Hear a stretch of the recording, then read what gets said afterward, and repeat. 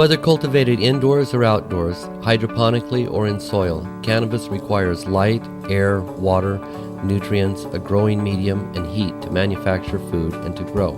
For optimum growth, the light must be of the proper spectrum, intensity, and duration. Air must be warm, arid, and rich in carbon dioxide. Water must be abundant but not excessive, and the growing medium must contain the proper levels of nutrients.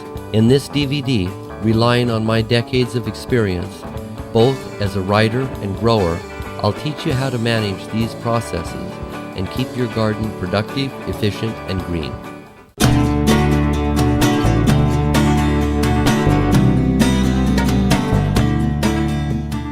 In nature, cannabis is an annual plant, completing its life cycle in 1 year. A seed planted in the spring will grow strong and tall through the summer and flower in the fall. The annual cycle starts all over again when the seeds sprout the following year and includes 4 distinct growth stages. During germination, moisture, heat, and air activate hormones within the durable outer coating of the seed. Soon, the seed's coating splits, a rootlet grows downward, and a sprout with seed leaves pushes upward in search of light. The tiny seed will have to develop into a self-sufficient seedling quickly if it expects to flourish in the outside world. Seedlings require 16 to 18 hours of light to maintain strong, healthy growth. Vegetative growth lasts from the moment a clone or seedling takes root until that same plant matures enough to begin producing buds. Cannabis plants will remain in this vegetative state for as long as they receive 16 to 24 hours of light per day. Cannabis flowers when the days become shorter and plants are signaled that the annual life cycle is coming to an end. This occurs naturally outdoors in the autumn, but must be regulated indoors by the grower. Flowering is triggered by giving plants 12 hours of uninterrupted darkness and 12 hours of light. When fertilized with male pollen, female flowers will produce seeds at this point in the life cycle, but left unpollinated, a seedless or sinsemilla crop will grow. Later in the DVD, I'll explain sinsemilla growing along with other basic techniques growers use to increase the yield and efficiency in their gardens, including a process called cloning, which guarantees all your plants will be females. Also, we'll show you the best methods for taking your fully grown buds through the harvesting process of cutting, trimming, drying, and curing that will ensure the grass that you grow in your own garden can compete with the best smoke in the world.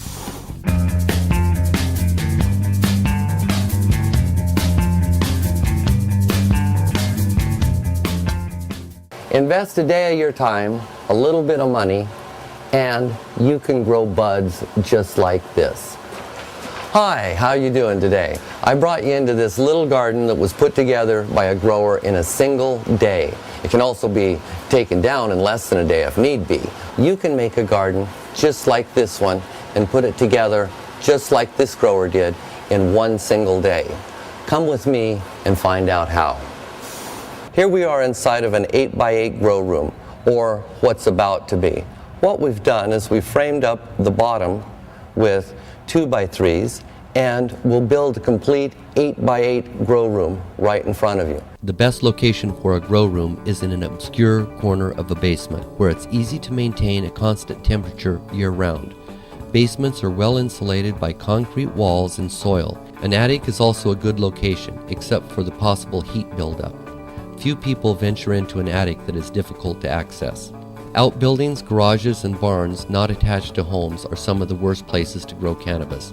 Security is much easier to maintain when the garden is within the home.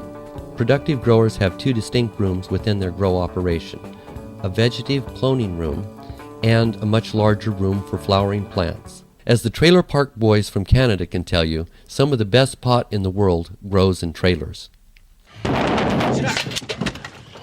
I want my kitty. Frig off, Bubbles. You gave me the cat. I didn't say you could keep him, and I don't want him living in a fucking car. Bubbles, you've got tons of cats. Let me keep He him. was a loner. I loaned him to you. Well, I need him. Look at my weed plants. One of them's dead. I don't give a flying fuck. I didn't never said you could keep him. What the hell are you doing waking me up No so early? cat of mine's gonna live in a car. Julian, Both of you guys, shut up! Ricky won't give me my kitty. Ricky, give him his cat! It's my cat now. He I gave don't it to care. me. Give him his cat! Look, see that? You know why that plant's dead? Because a squirrel peed in it.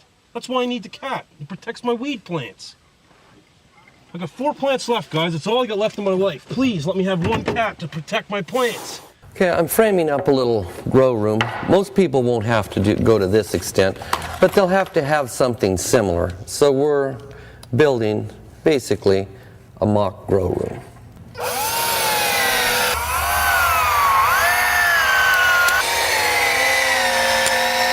Walk up. Okay, now.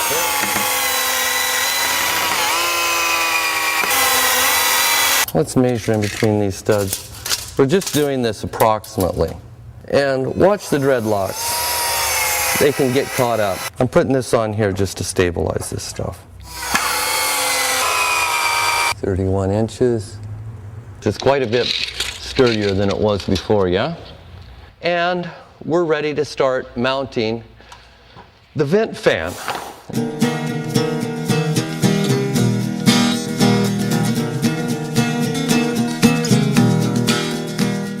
Fresh air is essential in all gardens.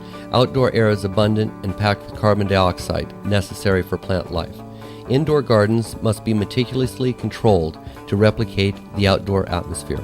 Air should be able to be evacuated from the room, the entire room, in less than 5 minutes. That means we've got to have an entry for the air and an exit for the air.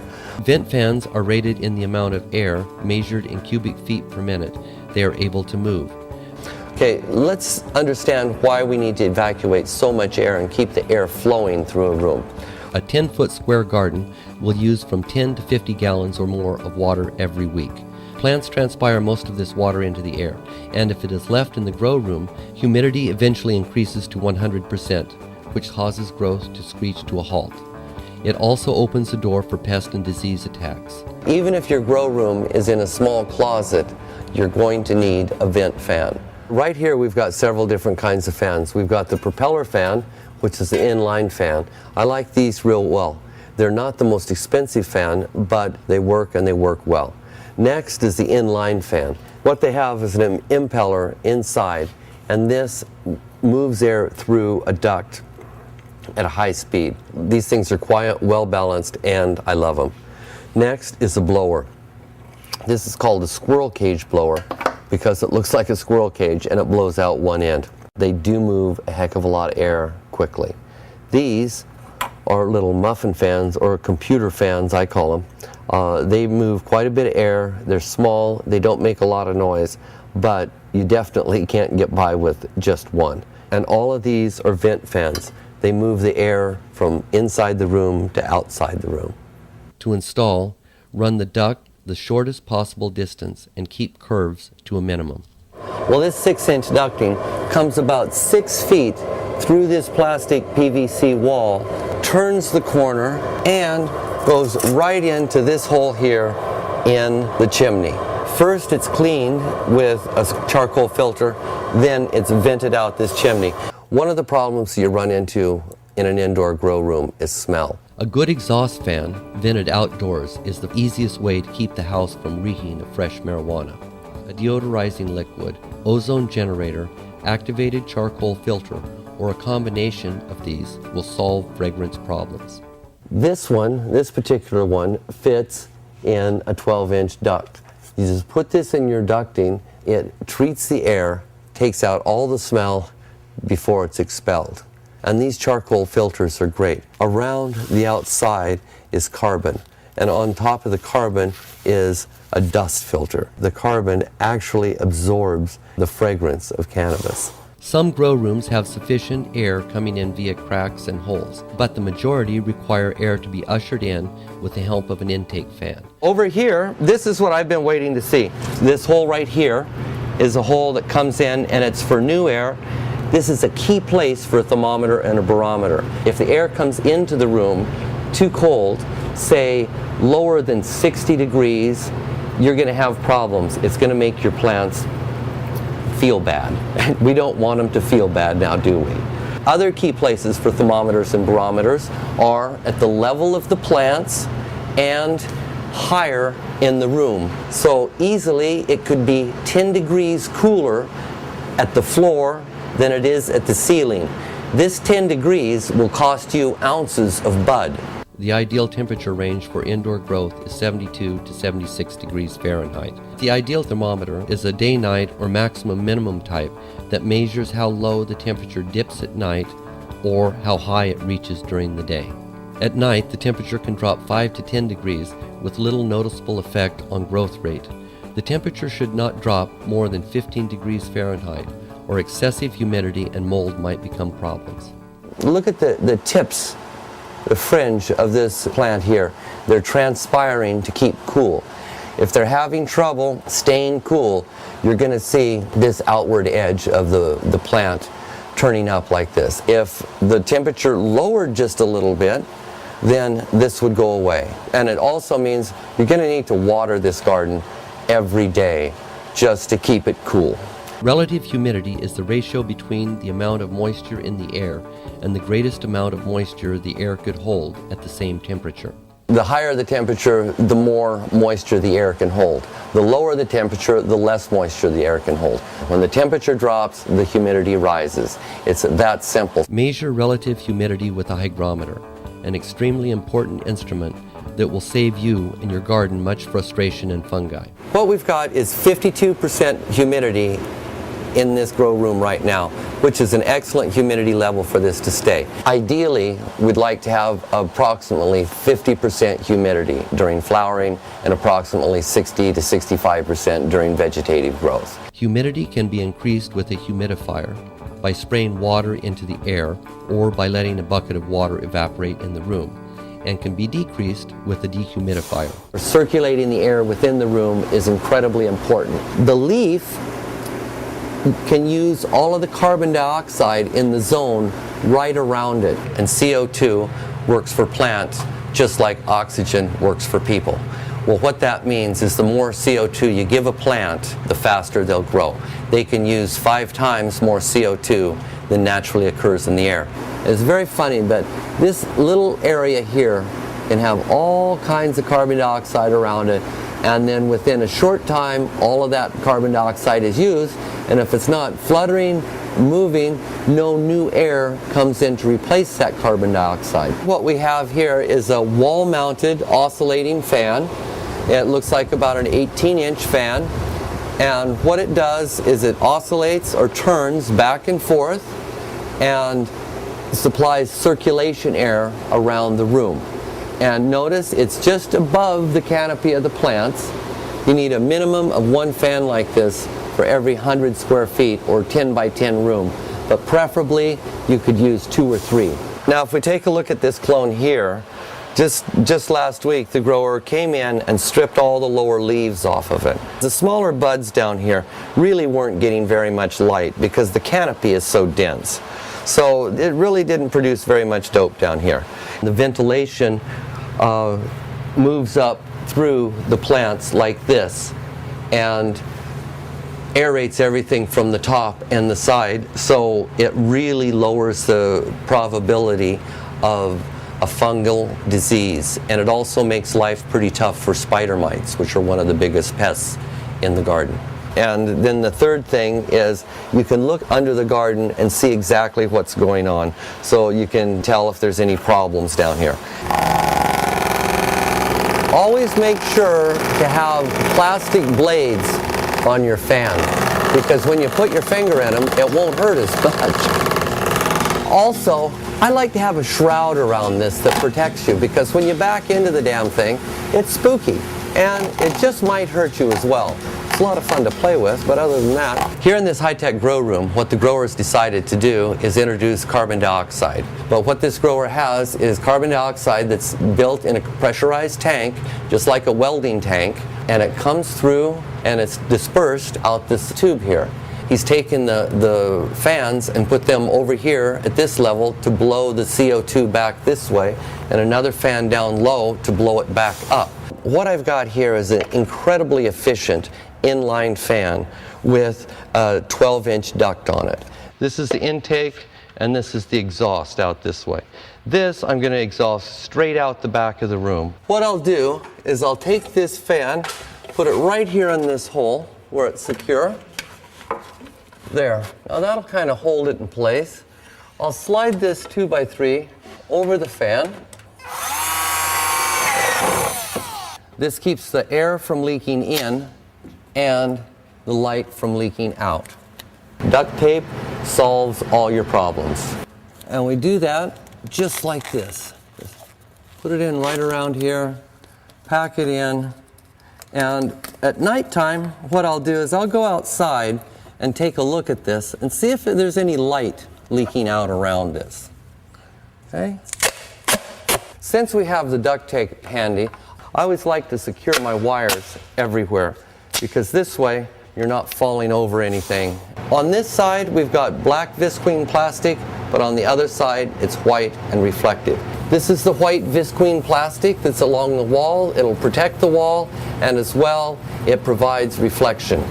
And the floor is also white visqueen plastic, which will protect the carpet. But all I'm doing is taking this roll, rolling it around the room like this, and measuring approximately how much I'll need. Make a little bit longer piece, and then I'll just cut it down like this. Try to keep it as straight as possible. And we want the white to the inside and the dark to the outside. So just tack this up right here, quick and easy. Put a couple staples in it. And then I'll tack it up several places around up high. Staple it in. I just take my scissors and cut right down this way, so this goes right around here. Watch your fingers. You don't want to smoke too many joints, and staple your fingers to the wall. Okay, that's our last one. Now I'm just going to go through again and staple all of this and do these here. And then I'll put a couple more. Let's see. Well, now our walls are in place. It's a simple PVC plastic. I've put duct tape here so I can run the staples through them, and the staples will not pull out this way, or they're much more difficult to pull out. Gives us a lot more strength. Then I put a few other staples here just to tack it down. Now our next step is going to be to hang all of our electrical appliances right on this wall here.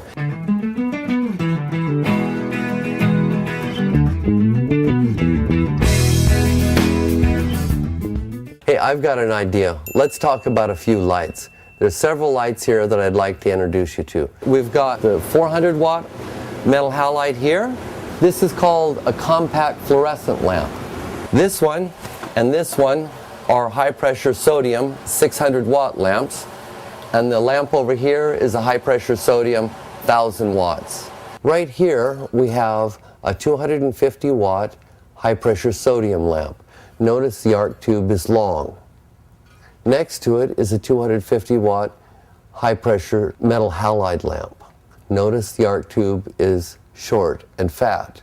The most efficient is the 600 watt high pressure sodium lamp.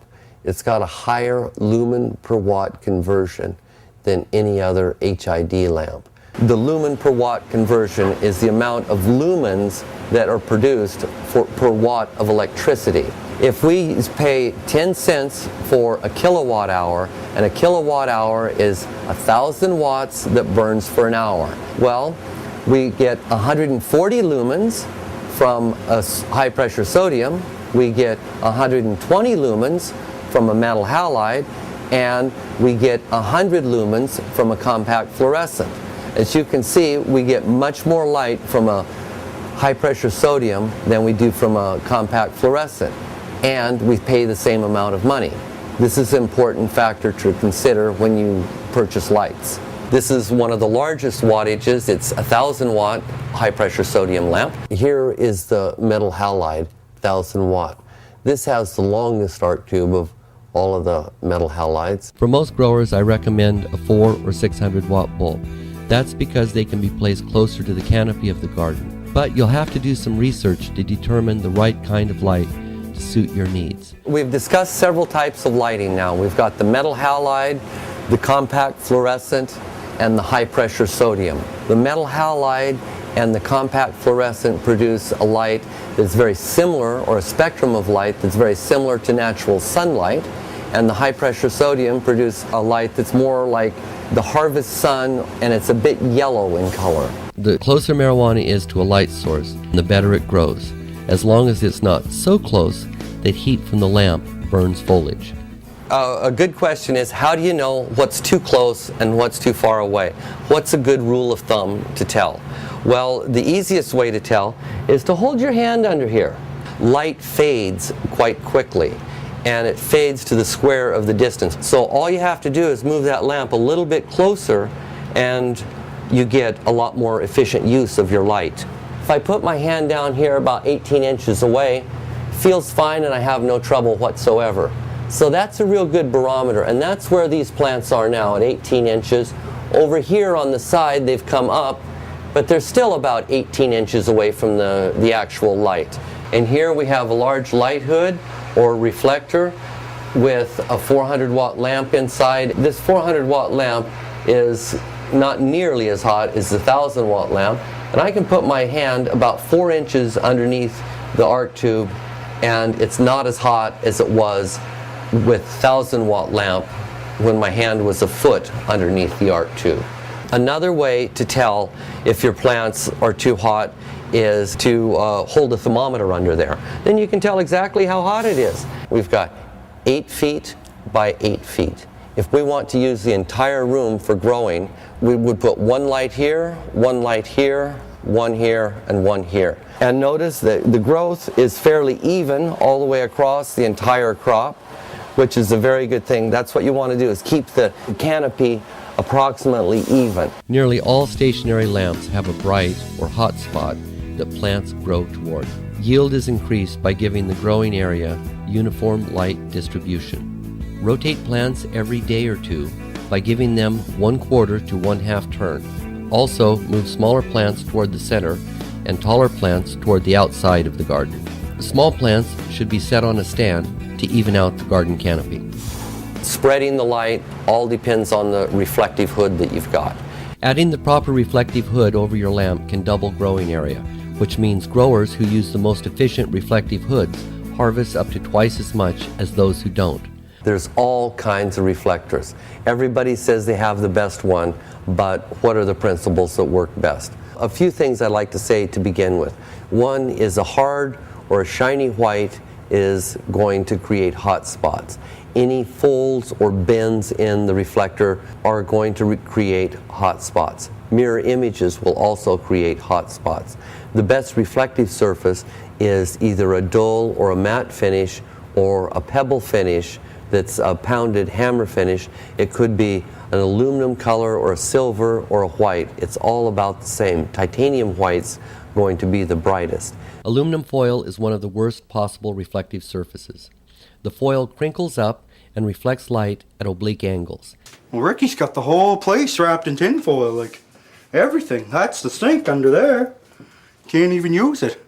He's been going around the park to people like Mrs. Peterson, asking to borrow tin foil for different things. He says he's cooking and whatnot, all fibs he's telling. The shape should be, well, in a horizontal reflector, it should be a double parabolic with the bulb right in the middle. If it's a vertical lamp, it should be a great big parabolic dome like this. And we'll see examples of both. This parabolic dome reflector is not necessarily the most efficient reflector, but nonetheless it spreads light very evenly throughout the grow room, and it's an excellent reflector to use for vegetative growth, because during vegetative growth stage they do not need as much light. Here we've got a 400 watt metal halide underneath. It's called a cone hood, and this hood is one of the most ineffective or inefficient hoods there is. If you have to use one, go ahead. If not, find something else, because you'll be smart and you'll spend less money over the long run if you use a parabolic over a cone hood. Horizontal reflectors are the most efficient for HID systems and the best value for growers. A horizontal lamp yields up to 40% more light than a lamp burning in a vertical position.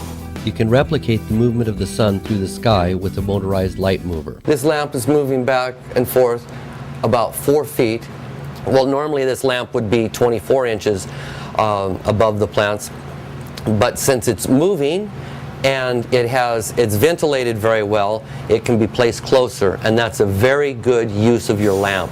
Also, if you wanted to work in here at night when it's dark, all you'd have to do is replace this with a green lamp, green light bulb, and you could work here no trouble at all, and it would not affect the photo period whatsoever. That's a real good tip, because many times people want to work in their room at night, but they're afraid to turn on the light. It's not a good idea to turn on the light, but a green light will make that all possible. Here's these duplex outlet. Here's a rheostat for a fan. Here's a humidistat to control humidity, and here's the thermostat to control temperature. So it's all contained in one place. Real simple technology. Anybody can put these up in just a few minutes. What I'm going to do here is I'm going to mount this board right up here, right on top of the plastic, so I've got good access to everything. Okay, now when I put this screw in, I want to put it in nice and slow so it comes all the way through and just barely touches my finger. If you put it in too fast, you're going to be screwed.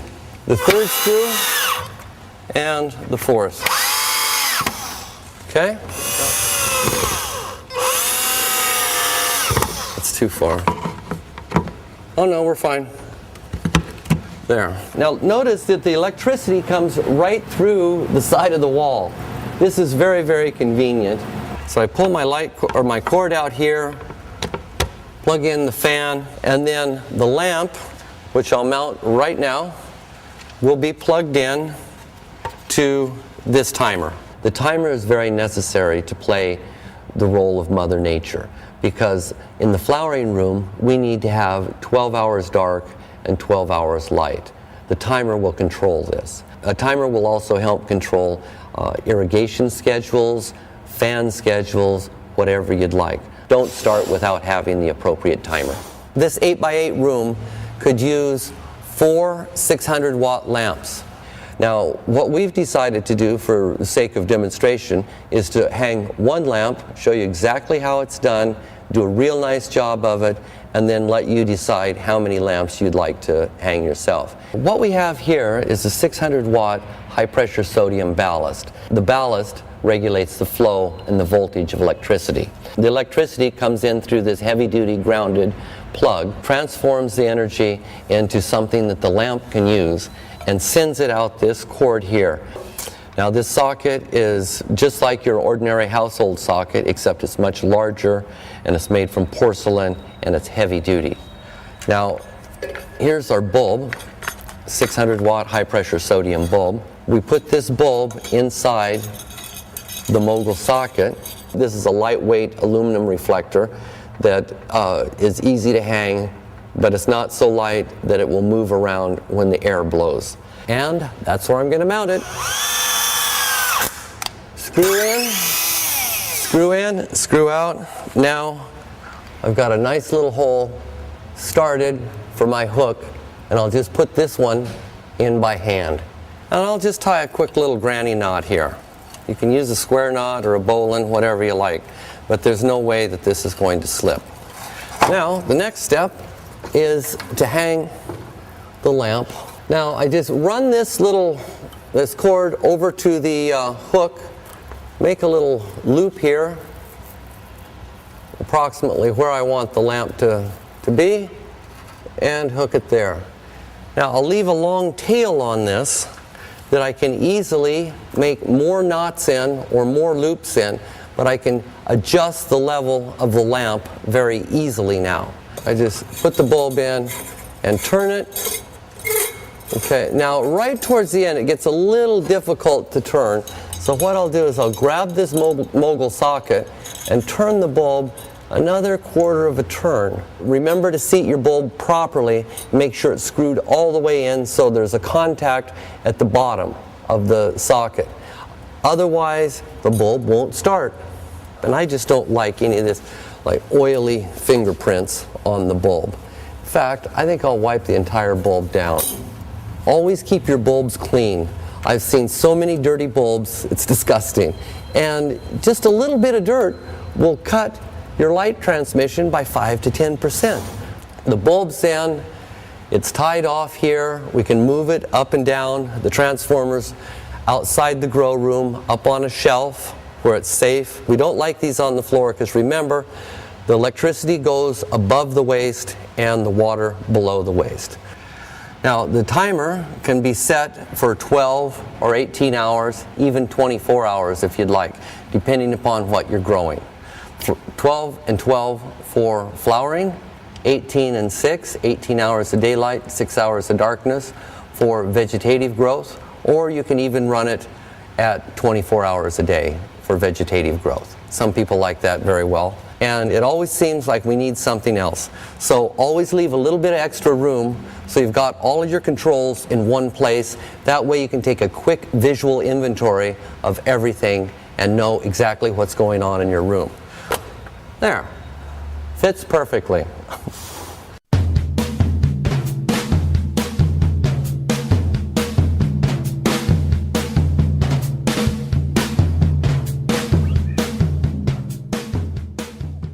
Growing in inexpensive, readily available containers allows each plant to be cared for individually, including the water and nutrient regimen. Weak, sick, and problem plants are easy to cull from the garden. What this does is it gives you the ability to put the plants where you want them. And if they're planted in the ground, you don't have that ability. Container preference is often a matter of convenience, cost, and availability. The rule of thumb is to have approximately 1 gallon of container for each month that the plant's alive. Now this pot is a 3-gallon container. Okay, so what this means is this plant can grow in here easily for another couple of months, no problem. The reason these containers are normally black is so that the roots inside the container receive no light. This is very important. Roots cannot have light. Growers prefer pots that are taller than they are wide because they allow the cannabis root system to penetrate deeply. One of the first things we need to consider when we look at containers are the drainage holes. Drainage holes are incredibly important, and we have to have an adequate amount. Containers should have at least 2 half-inch holes per square foot of bottom.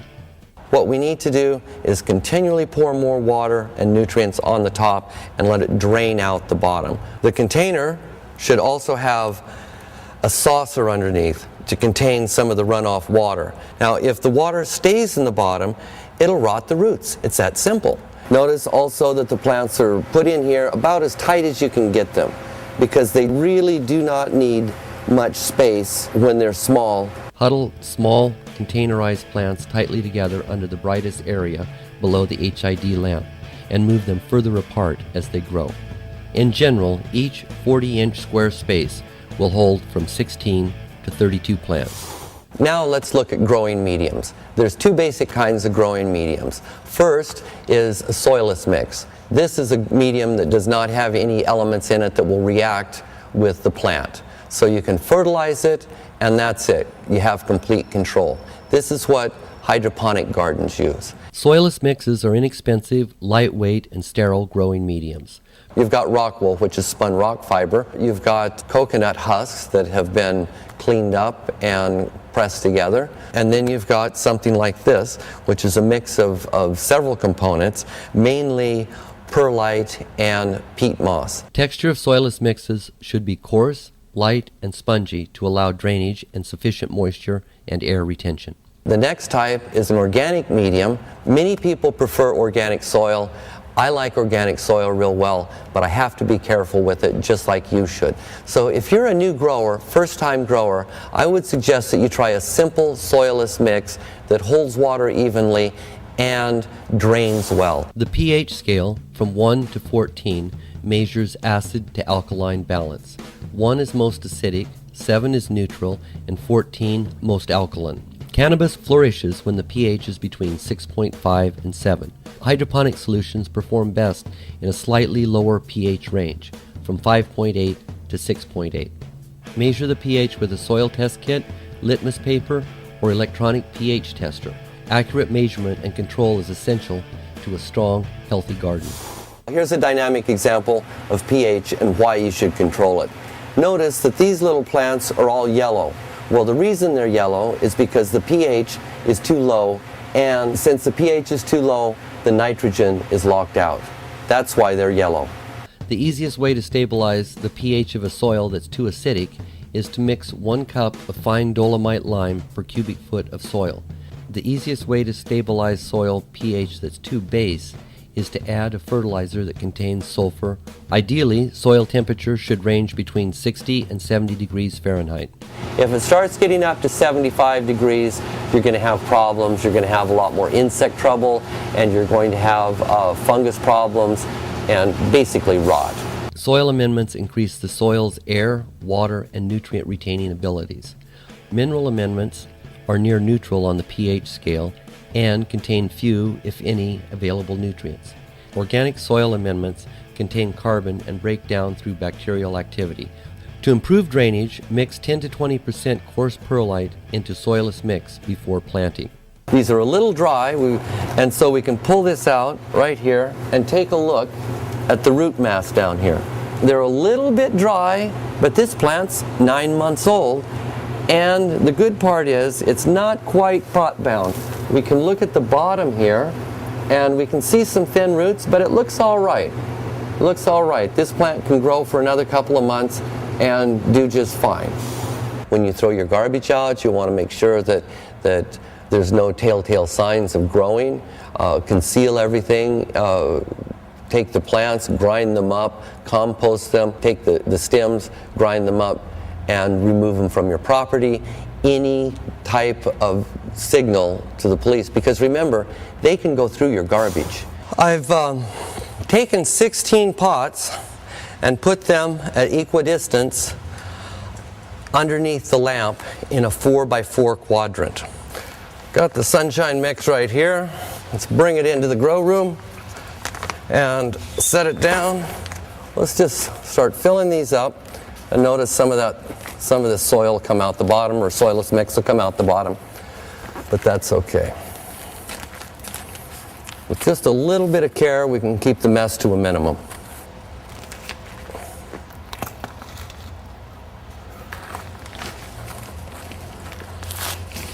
I'll finish filling these pots up and put them on the saucers right there.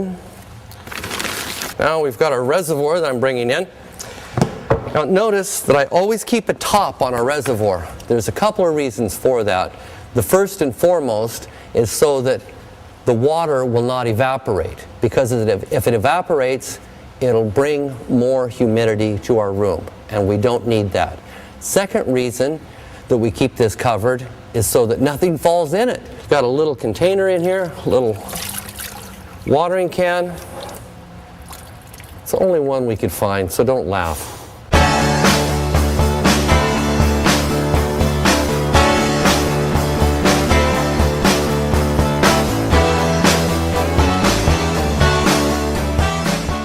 As long as the drainage is good, it's difficult to overwater fast-growing cannabis.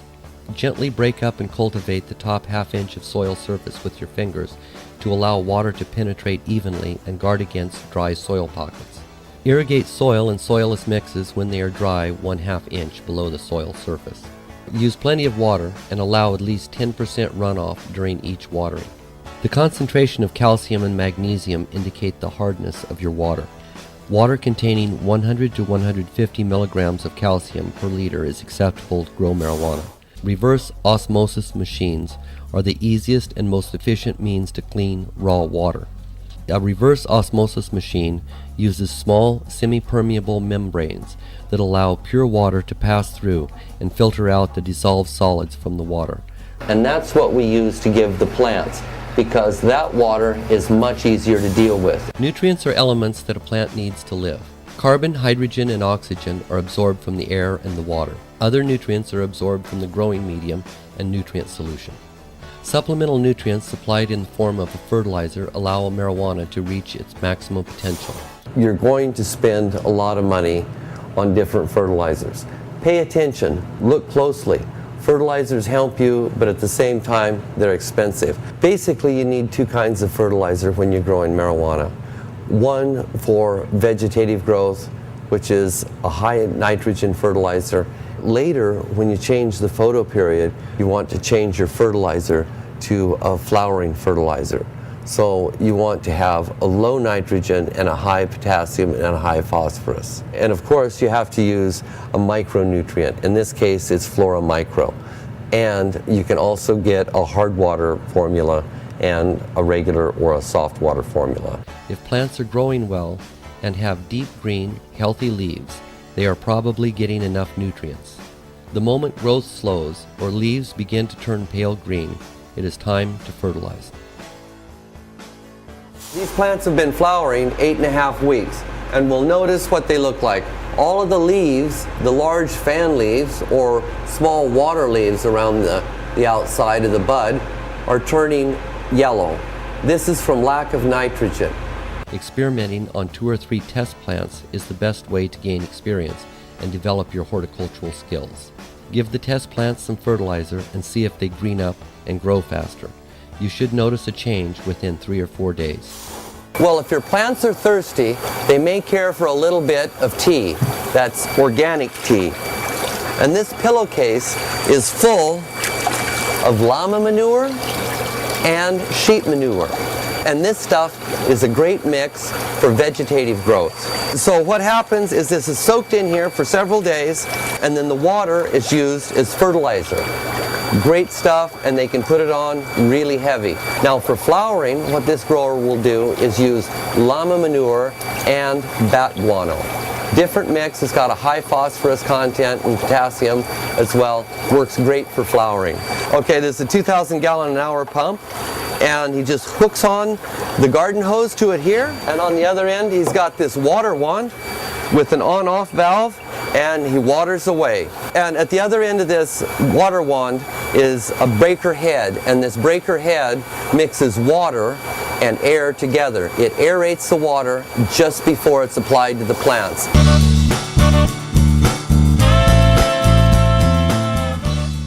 Hydroponics is the science of growing plants without soil. Hydroponic gardening can be more productive than soil gardening, but it's not nearly as forgiving.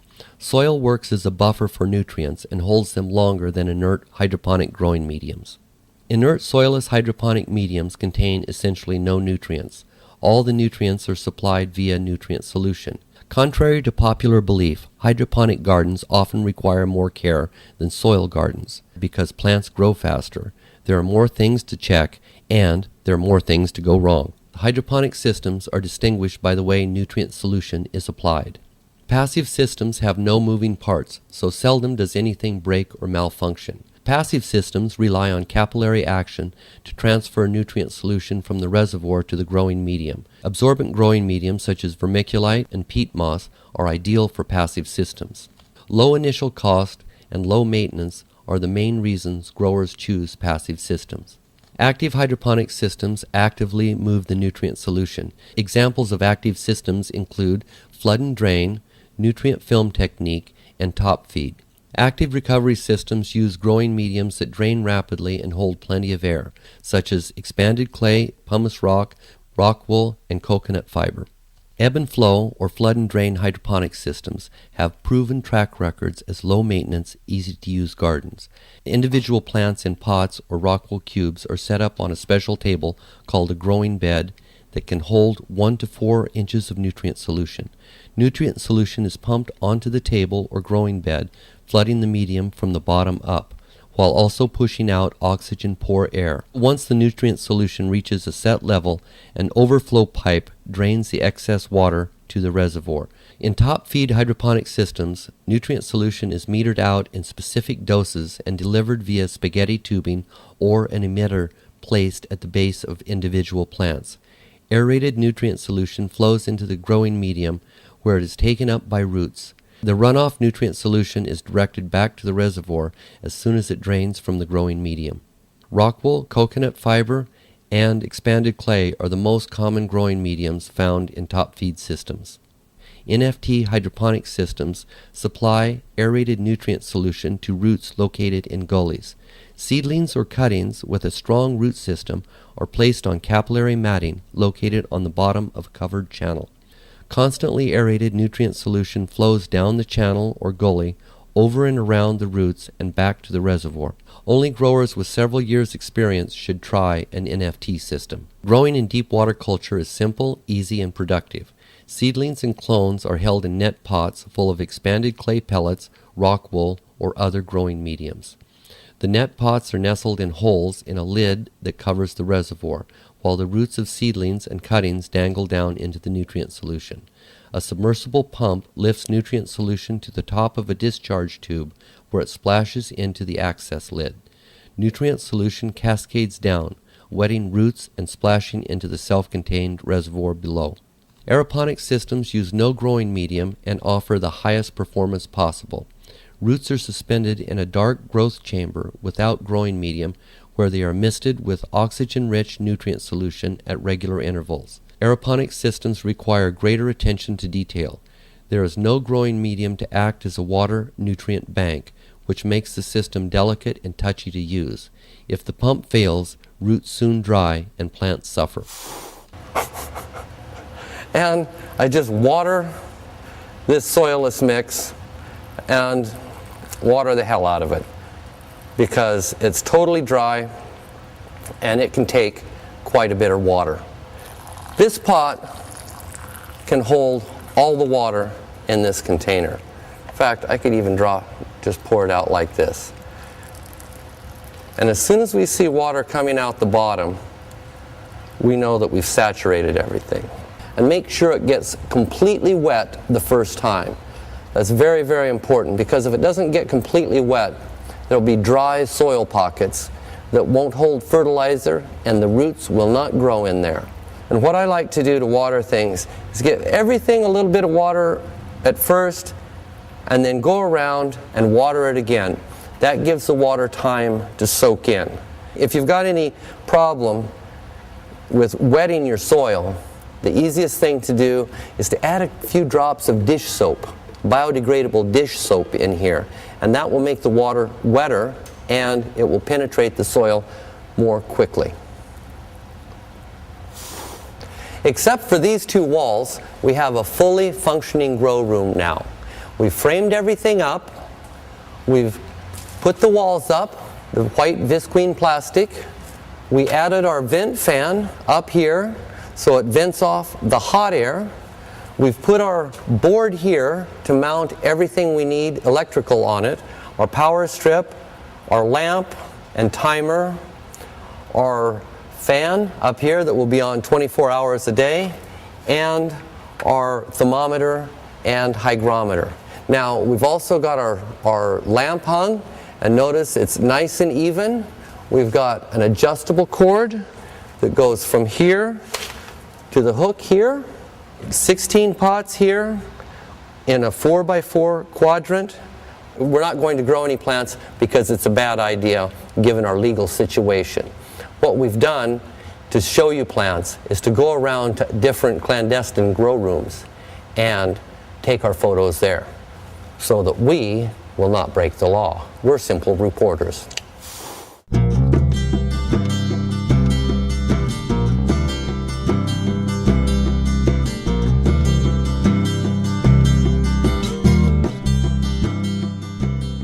Seeds result from sexual propagation and contain genes from both parent plants, male and female. The genetics contained within the seed will dictate the resulting plant size, disease and pest resistance, root, stem, leaf, and flower production, cannabinoid level, and many other vital traits. Strong seeds produce healthy plants and heavy harvests. If it weren't for the seed companies here in Vancouver and BC, we wouldn't have been able to have access to so many different grow rooms. They really helped us out a lot, and I'd like to go through and thank each and every one of them personally. First, I'd like to start with Kind Seeds, who was nice enough to loan us quite a few things and get us into a lot of different grow rooms.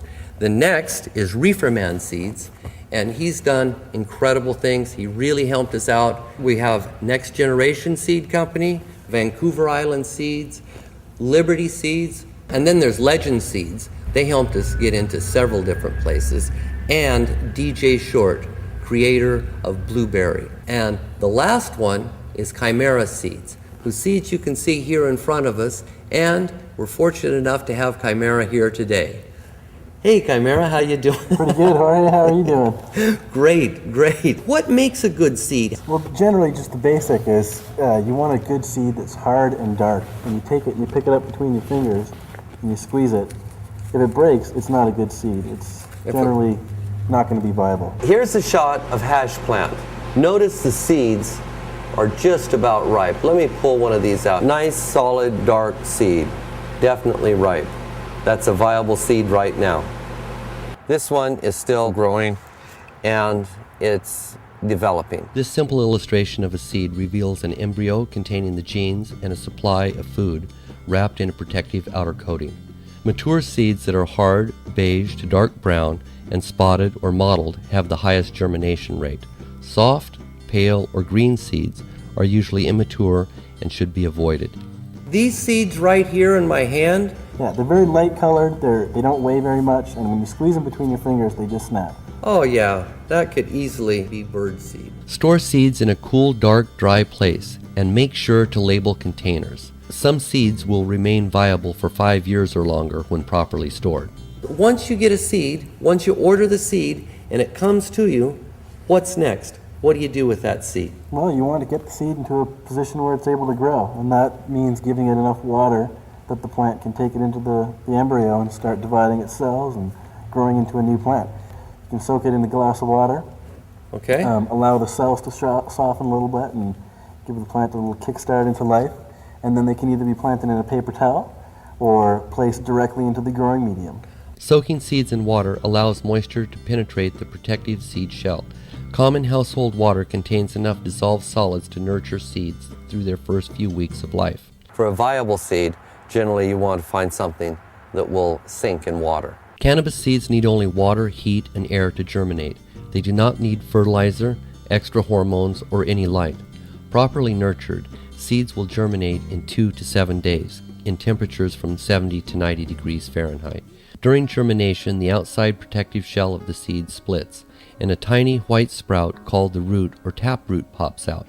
Next, cotyledon or seed leaves emerge from within the shell as they push upward in search of light. This is a germinated seed right there with a root about an inch long on it. This has been germinated for 2 to 3 days. And what I'm going to do is I'm going to take this very carefully, very tenderly with my fingers like this.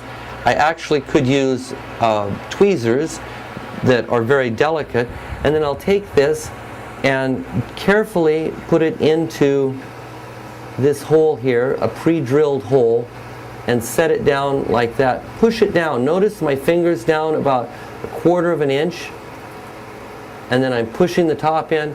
So now this seed is in really good contact with the rock wool cubes here. Plant seeds twice as deep as the width of the seed and use a medium such as ProMix, which allows adequate airflow. Cannabis seeds grow best at 78 degrees Fahrenheit. Once germinated, move seedlings to a slightly cooler growing area and increase light levels. These tall, thin plants here were a seed exactly 1 week ago. And this one here, the last to germinate, has the cotyledon or seed leaves on it. In a few days it will develop true leaves, which are the serrated leaves with the veins in them. During seedling growth, a root system develops rapidly, while green, above-ground growth remains slow. The new, fragile root system requires a small but constant supply of water and warmth. Too much water will drown roots and often leads to root rot. Lack of water will cause the infant root system to dry up. Underneath the tray is a heating mat, and this heating mat heats the growing medium so it's a little warmer, and if the growing medium stays a few degrees warmer, the roots will grow faster. Well, here I am in a breeding house or a house full of seedlings. Seedlings require at least 16 hours of light daily and require less intense light than they will need at later stages. If you order 10 seeds and germinate them immediately, expect that only 2 or 3 will grow into strong super females. The rest will be male, weak, or not germinate at all. As the seedlings mature, cull any sickly, weak plants and focus attention on the remaining strong survivors. One will be more robust and potent than her siblings, and therefore be selected as the mother of countless super clones. I'll explain more in detail about cloning in a few minutes. Seeds are available everywhere. You can find them advertised in High Times magazine. You can find them on the internet. Just type in cannabis seeds and you'll see hundreds of seed companies show up. Let's have a puff of this joint before we go. I was hoping you'd ask. Let me see. Here's a lighter. Let's fire this spliff up. Oh yeah. Well, Chimera, I'd like to say thank you very much for this joint, and thanks so much for showing up and teaching us all about seeds. Anytime, my friend, anytime. I'll pass this back.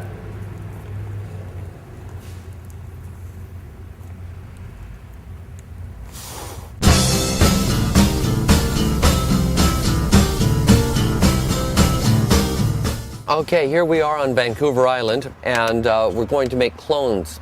Well, the first thing we're going to do is take this chopstick, and I'll make a small hole right in the middle here. And the hole goes about half as deep as the container is. This will allow extra space for the roots to grow. Here we have an inexpensive rooting gel that we can purchase at most any nursery. So what I'm going to do is take some of this rooting hormone, and I'll pour it in a jar here. Notice I've got a fresh razor blade that I've just taken out of the cardboard, and we'll move over here and take a cutting.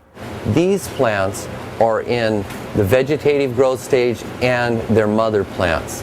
Mother plants are female plants that we know are female that we take cuttings from, and we'll show you about that. What I'm doing is making a cut here at the fourth node, 1, 2, 3, 4 nodes down, or 4 branches down from the top. And I'm making the cut on a 45-degree angle, and I made the cut on the 45-degree angle so there'll be a little bit more surface area here at the base of the stem for roots to initiate. Now what I need to do is trim off a couple of branches, and notice I'm trimming it off so that there's no extra little spurs here on the plant. Now, roots will initiate out of each one of these cuts and out of the bottom. So what I do next is I'll take this, smear it around a little bit in this root-inducing gel. I'll take this hormone-coated stem and place it down in the soil. I'm careful not to let any of that root-inducing hormone fall off, okay? And then I backfill so that the soil comes in good contact with the stem. Let's do another one here. This one, I'll go down just the 1, 2, 3, 4 nodes, make a 45-degree angle cut, trim off a couple of branches and leaves so there's no little spurs or anything to rot underneath the soil line. And I'll do the second one here. And remember, roots will initiate out of any cuts. I just put a little bit in here because we're only going to do a half a dozen. And once I use this hormone, I don't want to put it back in the container because it could contaminate it. Now I've got root-inducing hormone all over the stem. I carefully set it down into the soil and backfill around it. Make sure, and you can push it pretty hard down to make sure that there's good contact with the soil. One of the things that we have to be concerned with is when we cut a tip of a plant off, there's no root system to supply water to the leaves. So what we're going to do is mist the top of these plants, or mist them a little bit, so there's some water on the leaves, so they have a little bit of humidity around them, and they don't dry out real fast. Because as soon as we're done here, we're going to put these under a humidity dome. And roots will start on this plant within the next 7 days. And within 14 days, it'll be a complete root system, and this should be ready to transplant. There's all kinds of mediums that you can take cuttings in. One of them is rock wool. Another one that people like very well is Oasis cubes. There's Jiffy peat pellets, sunshine cutting mix, coconut husks also work very, very well. So it pretty much depends upon what you're comfortable with and what you like to use. So what I've done here is I placed this little cutting into a rock wool cube, and the rock wool has been soaked for 24 hours in a solution with a pH of 6, because that's the pH that roots grow best at. I stuck it in a pre-drilled hole that's about this deep, and that's how long the stem is within this cube. And that gives the roots plenty of room to grow down below. Now, at this point, I'm going to take this cutting and put it right over here with the other ones. And it's sitting on a bed of perlite, this white fluffy perlite that lets the water drain out but still holds moisture really well in between the pieces of perlite, and it creates a nice humid little environment. Right after this, what I'm going to do is I'll take one of these domes and place over the top of all of these cuttings here. What the dome does is it retains humidity within and around the plant. This is incredibly important for the first 3 days, that it has humidity of approximately 95 to 100%. Touch the top of the surface, make sure it's evenly moist. Pick one up occasionally, squeeze it, see if there's any water in there. If there's a little bit of water, fine, no problem. But moisture levels are very critical at this point. You want to pay very, very close attention to that. See, these humidity domes will keep the plants alive during the first 3 to 4 days after taking the cuttings. And these lights are 30 watt T12 daylight fluorescents.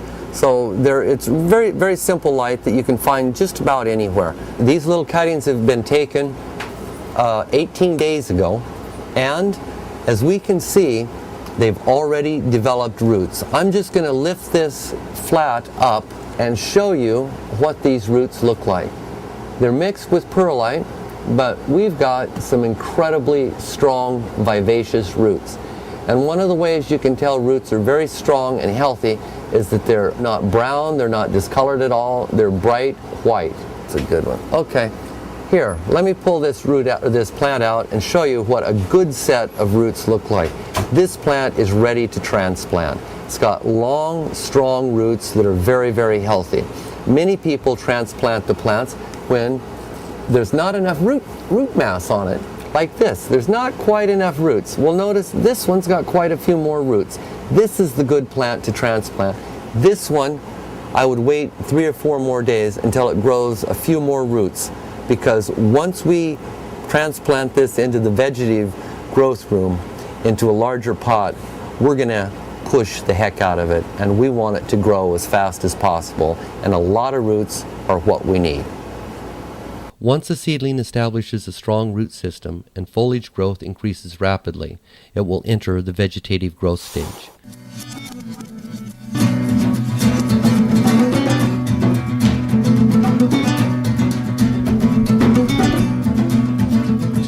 Vegetative growth is maintained with 16 hours or more of light. Marijuana will continue vegetative growth for a year or longer, theoretically forever, as long as this photoperiod is maintained. At this point, water and nutrients will be used more quickly, including nitrogen, potassium, phosphorus, calcium, magnesium, sulfur, and other trace elements. This room here is the vegetative room, or the mother room, and the clone room. And the light's on 18 hours a day, and it's off 6 hours a day. And what that does is it makes it possible for plants to continue in a vegetative stage rather than a flowering stage. Pre-flowers grow at about the 4th week of vegetative growth. This is the first sign a plant is preparing for flowering. As soon as this plant designates sex, it will show either the pollen sac with the small nub below it, or 2 hairy white female pistils. But they'll show up in this area here, approximately 3 to 4 nodes from the top of the plant. Here you see a single spike, and on the end of it, the beginning of a little pollen sac. Now, if this were a female plant, you'd see 2 little white hairs come out of there. This plant is just starting to show its sex. These are the first signs of a male plant. Notice the pollen sac that's growing from the inner node, where the leaf starts. Never let these pollen sacs open, because as soon as they do, they disperse pollen and they fertilize female plants. This is a full-fledged male. There's enough pollen right here in this one plant, this one plant, to fertilize all of the plants in this greenhouse. As you can see, there's little small pollen sacs, similar to, well, they kind of remind me of male testicles. The pollen will disperse into the air and land on the ripe, receptive female pistils. When the male pollen lands on one of these female pistils, these white little pistils, it slides down to the base, down inside the seed brag, and at that point, a seed like this, right here, starts to develop.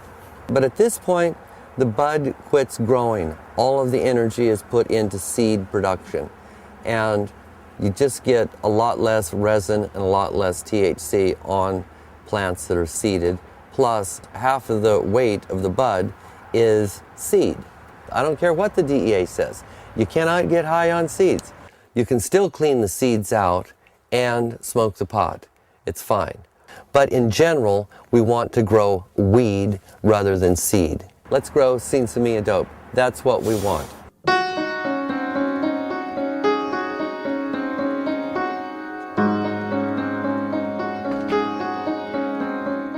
Okay, once your plant gets big enough, it's going to outgrow its container.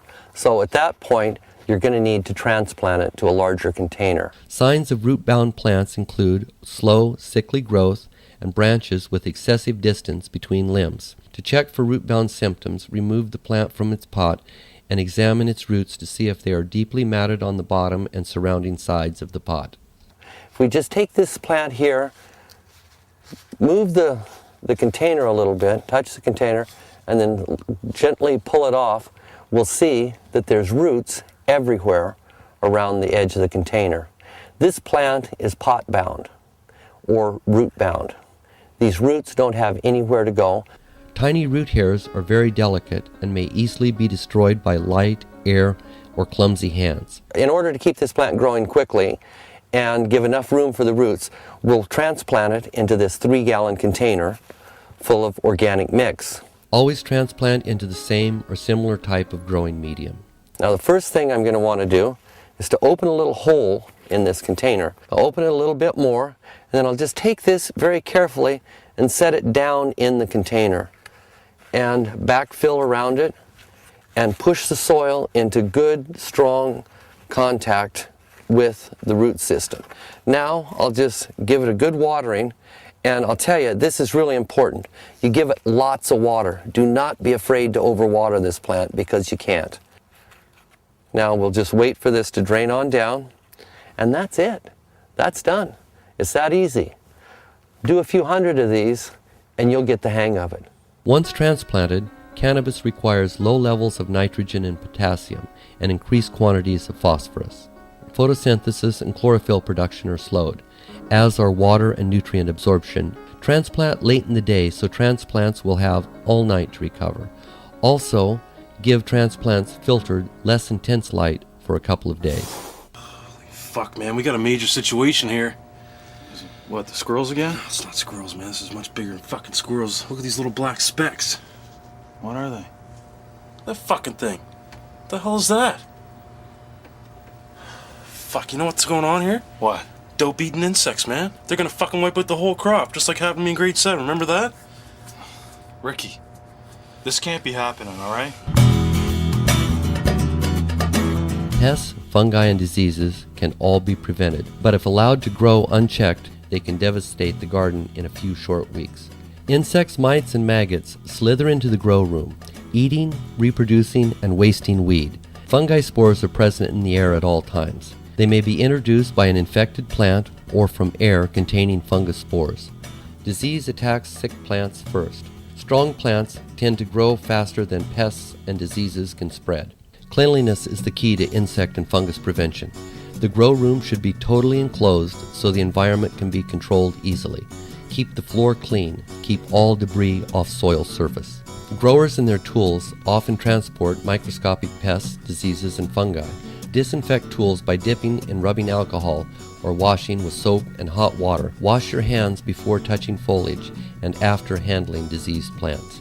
Remember, it's much easier to prevent the start of a disease than it is to wipe out an infestation once it takes hold. Let me take a look over here. Now on this plant, we can see some adult spider mites and some eggs. The juveniles or the young ones are a little more difficult to spot because they're translucent. The adults are dark in color or orangish, two-spotted, red. There's several different kinds. Normally we see the two-spotted or red spider mite. The bottom of the leaf is where they live. On the top of the leaf are the classic stipples. They're yellowish spots that the spider mites make when they rasp and suck the juices of the plant from the bottom of the leaf. And I'll have to say, this leaf is infested. Most pest insects and mites lay thousands of eggs in a short period of time, which means an infestation can happen in a matter of days. Indoor gardeners have many options to control insects and fungi. I prefer natural organic sprays such as pyrethrum and neem, and will only use harsh chemicals as a last resort. In general, sprays should be applied soon after eggs hatch, so young adults are caught in their weakest stage of life. Any spray, no matter how benign, always seems to slow plant growth a little. Spray plants as little as possible and avoid spraying for 2 weeks before harvest. Read all labels thoroughly before use. Use only contact sprays that are approved for edible plants. Wait until cuttings are rooted and seedlings are at least a month old before spraying. Man, books make it so much easier to understand, like really hard thinking and stuff. They make it a lot clearer. Holy fuck, man, here it is. Look at this. This guy had some sick plants, and all he did was he fucking quantratine them. We just gotta quantratine the plants, man. Ricky, where's that? Where did it say Right that? fucking over there. Quarantine. All right, we gotta quarantine the plants. That's what I said. Ricky, watch the road. I am watching them. We're cool, man. All right, here we go. All right. We've got to find another parasite that's going to feed off these little parasites. What does that mean? A parasite? Oh, there's a picture of it right there. There's spider mites. Spider mites? Oh man, that's not good, Julian. Wow, Those little what do you mean? cocksuckers, they'll kill everything, man. I heard about those All right, fucking just a things. They're second, nasty. just a second. Chill out. Okay, it says here to use ladybugs. Ladybugs and spider Ladybugs? mites. No way. Watch the road, Ricky. You're fucking scaring the shit out of me here. That's it, man. Ladybugs. Where the fuck are we gonna get some ladybugs? I'll get some ladybugs, man. Don't worry about it. This ladybug was released here by the grower. Whoops, there it goes. The ladybug was released here about a week ago. And what they do, they're on an endless mission looking for aphids. They'll also eat spider mites, but that's not their favorite food. They really like aphids. Let's just release a few of these things. I'll just put them down here on this plant and watch them run away. But if there's too many of them, one way to get rid of them, or one easy way to deal with them if you want to catch them and put them back, is you just vacuum them up. And you get them in your little clean little vacuum bag and put them back in the refrigerator. It doesn't hurt them at all. Cool. Vacuum them up.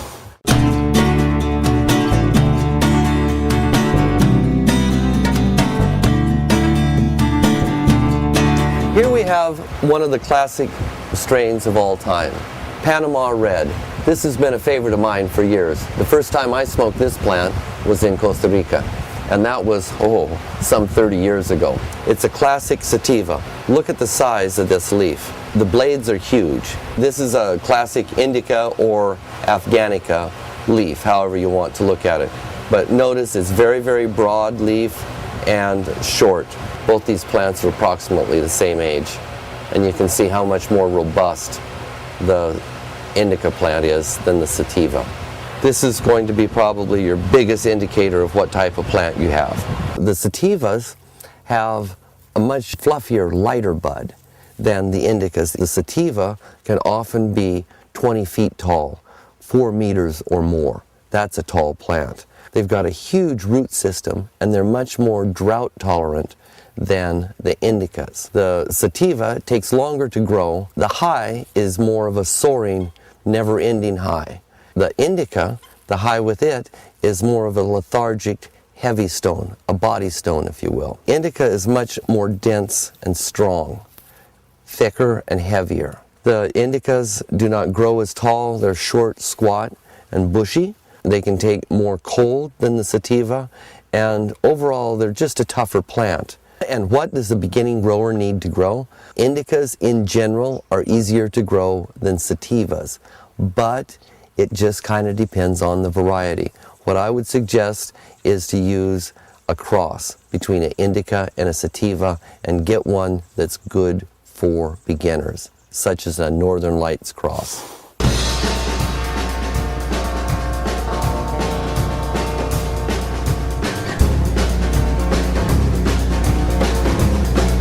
Okay, well, here we are in a flowering garden, and as you can see, the plants have budded. Cannabis flowers when the days become shorter and plants are signaled that the annual life cycle is coming to an end. This occurs naturally outdoors in the autumn, but must be regulated indoors by the grower. Ideal female plants grow squat and bushy with branches close together on the stem and dense foliage on branches. In most commonly grown strains, the first signs of female flowers appear 1 to 3 weeks after inducing flowering with a 12-hour photoperiod. What that means is it's 12 hours of light and 12 hours of uninterrupted darkness every 24 hours. That induces flowering. The 12-hour photoperiod, or the 12-12 day-night cycle, is induced usually when the plants are approximately 1 foot tall. That would be about this tall right here, about 1 foot. This plant over here has just started to flower for about 10 days. And what you have is the beginnings of a flowering plant. The little white pistils are starting to show. Female flowers initially appear at the top of the terminal or uppermost bud and gradually develop on lower branches. Flowers have 2 small, 1/4 to 1/2 inch fuzzy white hairs called pistils that form a V. This set of pistils is attached at the base to an ovule. It's self-contained within a light green pod called the seed bract. The entire thing is called a calyx. Pistil-packed calyxes form dense clusters or buds along stems. Buds put on much of their harvest weight as they swell during the last 2 or 3 weeks of growth. When a female is flowering at its zenith, the pistils swell in size and also change in color, most often from white to amber and eventually reddish brown. Yeah, I fucking hate harvesting. I like planting the things and watering them and looking after them, talking to them. I don't like fucking harvesting. You like smoking them, don't you? I like smoking them.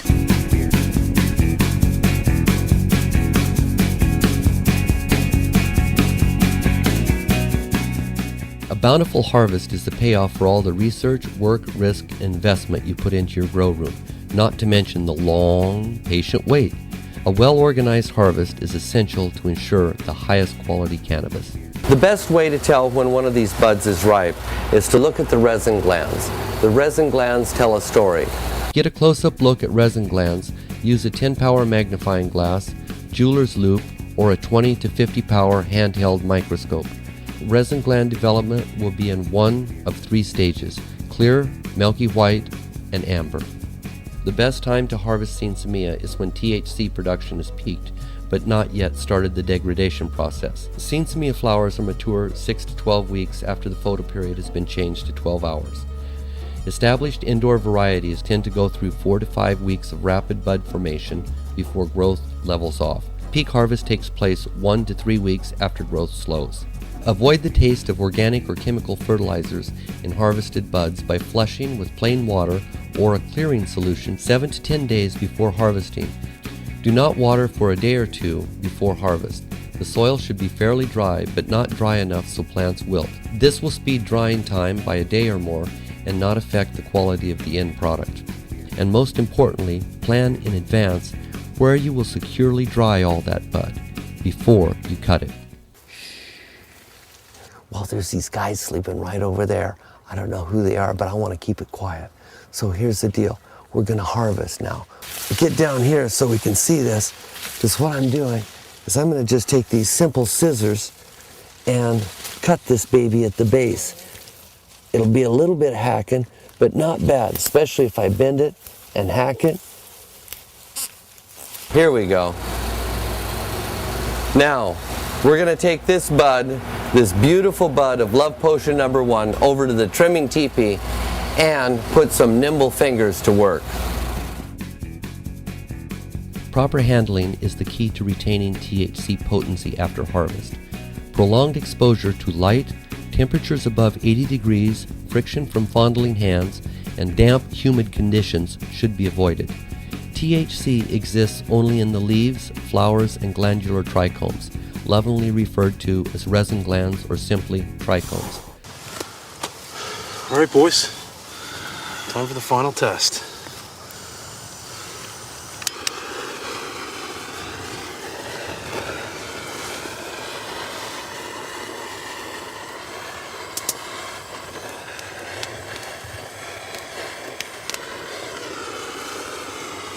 Ricky! Oh my God! Here, get up!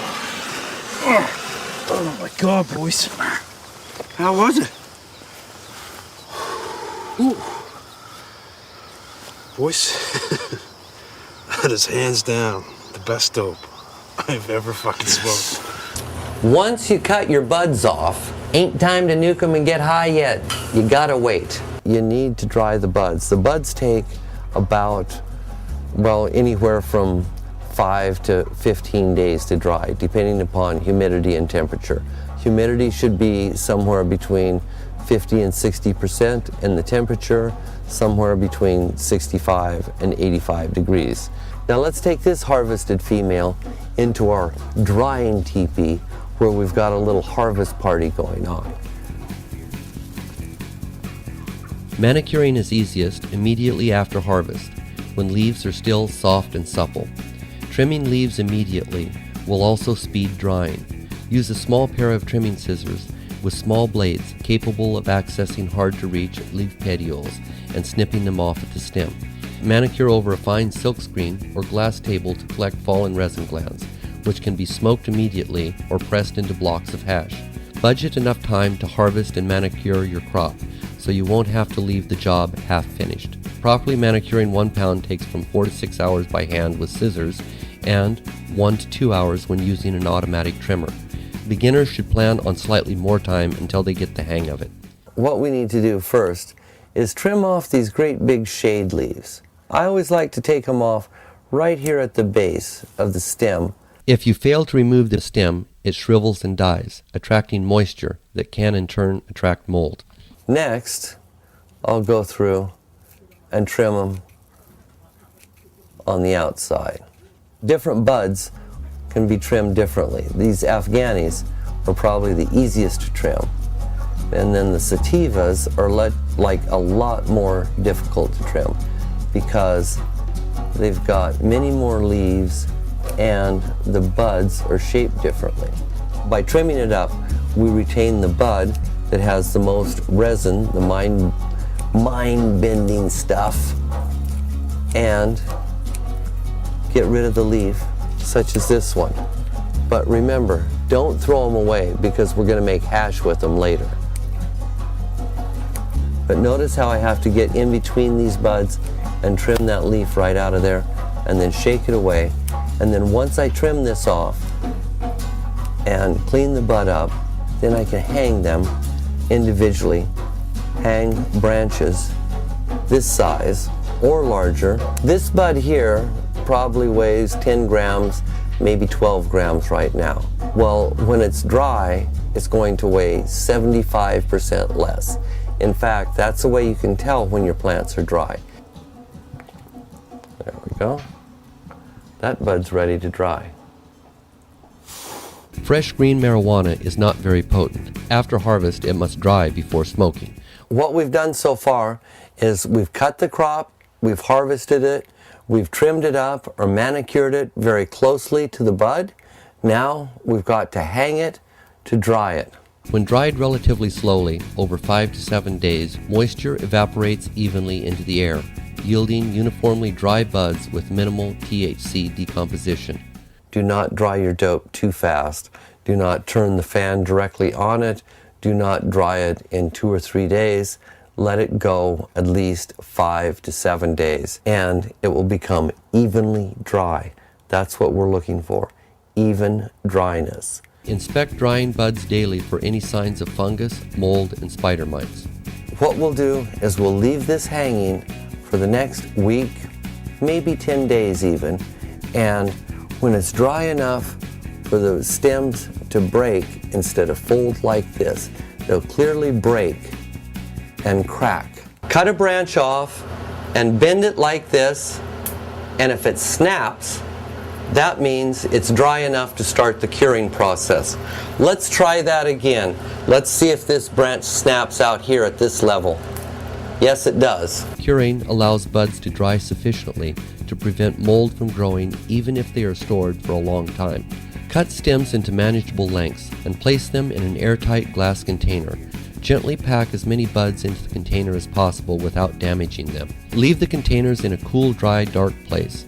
Open the container for a few minutes 2 to 4 times a day to let excess moisture escape, carefully turning them in the container so that different sides are exposed to air. Buds should be totally dry in a few days to 2 weeks. Well-cured buds have an even glow when burned, smoke smooth, and taste great. Damn, this is good dope.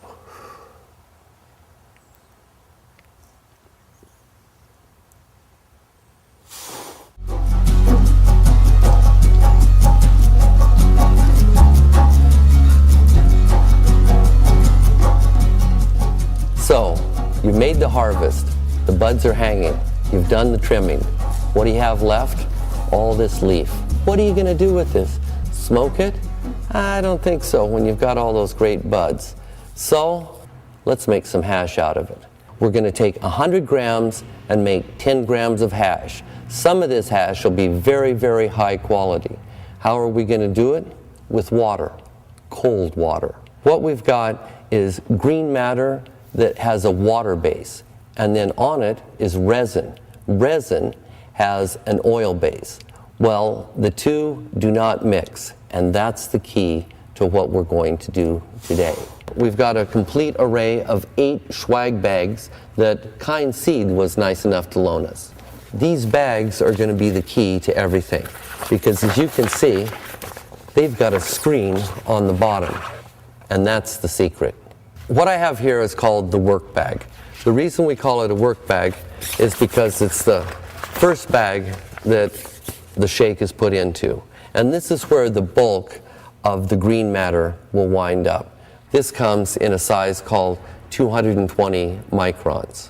Then progressively they get smaller and smaller. First, we have to take the work bag and set it inside this 5-gallon bucket.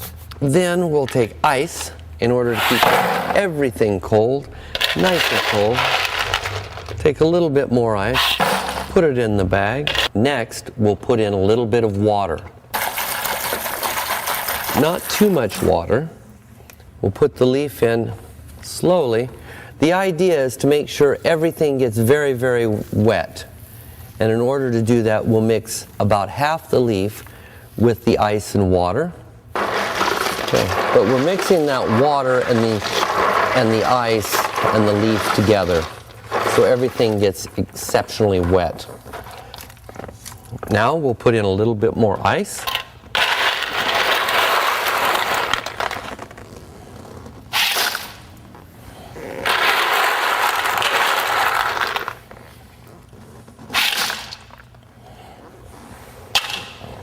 And the balance of the leaf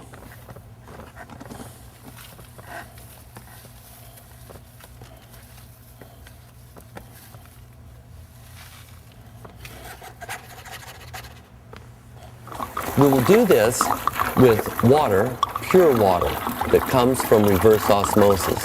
This water has very, very few dissolved solids in it, or salts. That's a contaminant for your hash. And I'm mixing this by hand to make sure everything gets nice and wet and all of the foliage is totally saturated.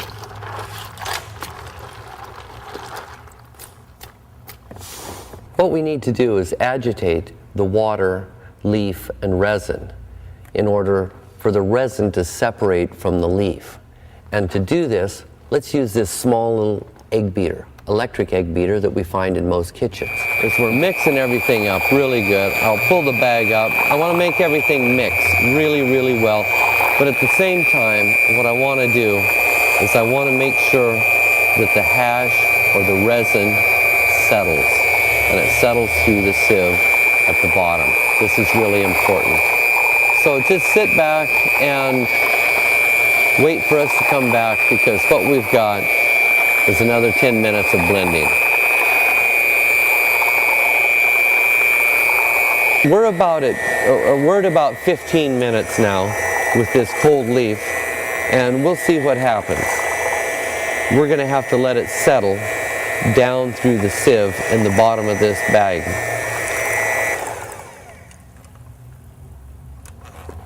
Look at that dough. Let's just knock this off of here. And oh boy, it just feels a lot different. Feels like all the resin's in the bottom of the bag. What we'll do now is stack these bags inside of this bucket, and notice that we're starting with the 23 micron size, the smallest of the small screens.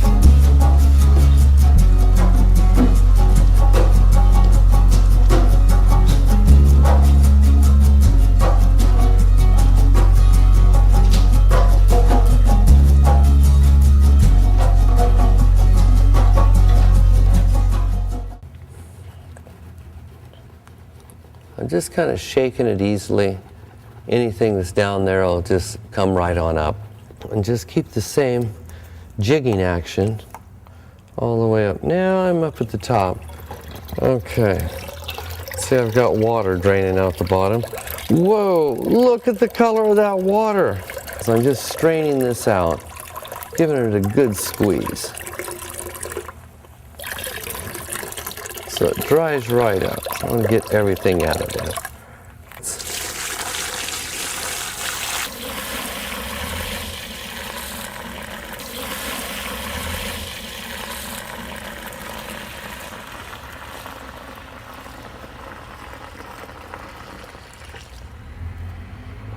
I'm jigging this bag up and down so as to let the water fall through and the resin remain.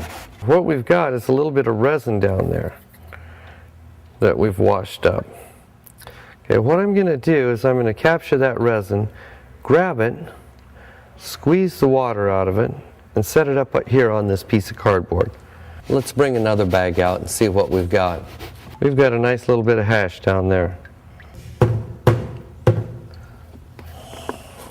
Notice it takes a little while for the water to get through the screen. This is a good thing. Look at the ball of hash in the bottom of this.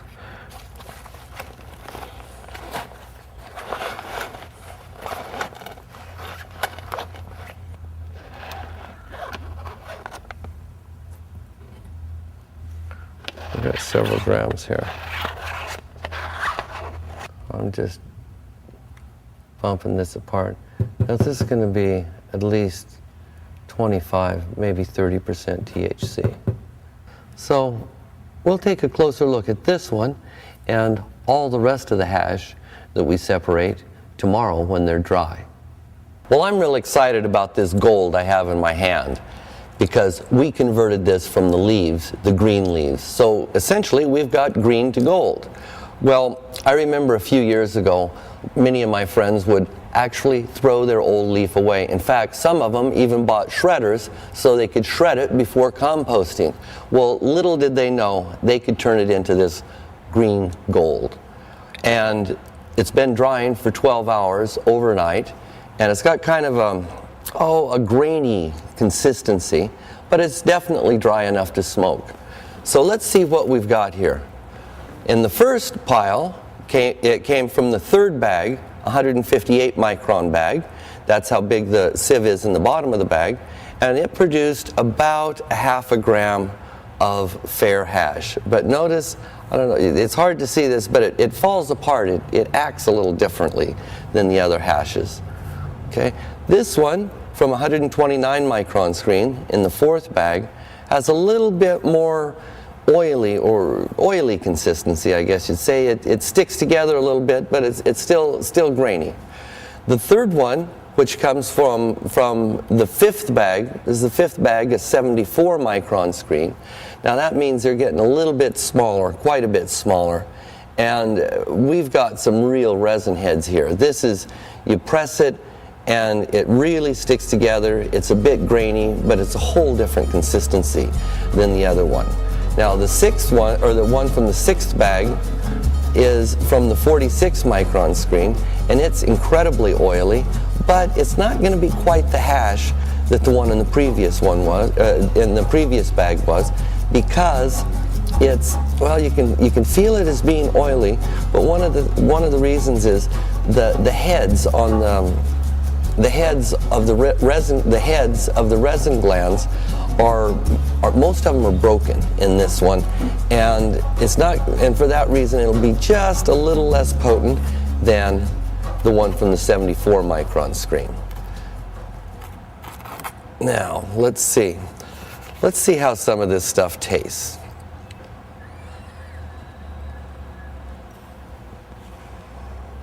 This is so good I've got to offer the cameraman one.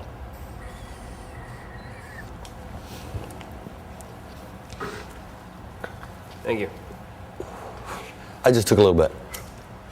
Jesus, I got so blasted on that one. Yeah, the first take went really well, and then after that I got stoned, and then it slowed down. But it's not bad. No, it's good. That was great. Between the three of them, that was good. Okay. All right. Thank God for autofocus. Okay. This is excellent. This is really good hash.